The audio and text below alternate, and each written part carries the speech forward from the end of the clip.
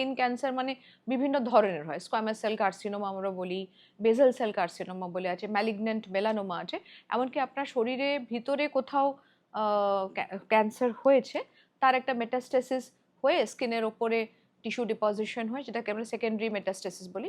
তো সেইটা হতে পারে, তিলটা বড় হয়ে গেল, সেটা হঠাৎ করে ব্লিড করলো, তো সেইটা যেমন একটা লক্ষণ, তেমনি ধরুন একটা আলসার হচ্ছে, অনেক দিন ধরে সারছে না, সেখান থেকে ব্লিডিং হচ্ছে, বড় একটা ফাঙ্গেটেড একটা বড় একটা মাস তৈরি হয়ে আছে, সেইটাও একটা ক্যান্সারের লক্ষণ হতে পারে। আবার আরেকটা ক্যান্সার যেটা আমরা বয়স্কদের মধ্যে পাই, আমরা বলি বেজাল সেল কার্সিনোমা, যেটা সাধারণত একটু বয়স্ক পেশেন্টদের হয়, মূলত মুখের মধ্যে বেশি হয়। আমরা বলি টিয়ার এরিয়া, মানে একটা মানুষের চোখ থেকে জল পড়লে যে জায়গাটাতে জলটা পড়তে পারে সেই এরিয়াটাকে ইনভলভ করে। আর ছোট্ট একটা আলসার, এইটা হচ্ছে সবচেয়ে স্লো গ্রোয়িং ক্যান্সারের মধ্যে পড়ে।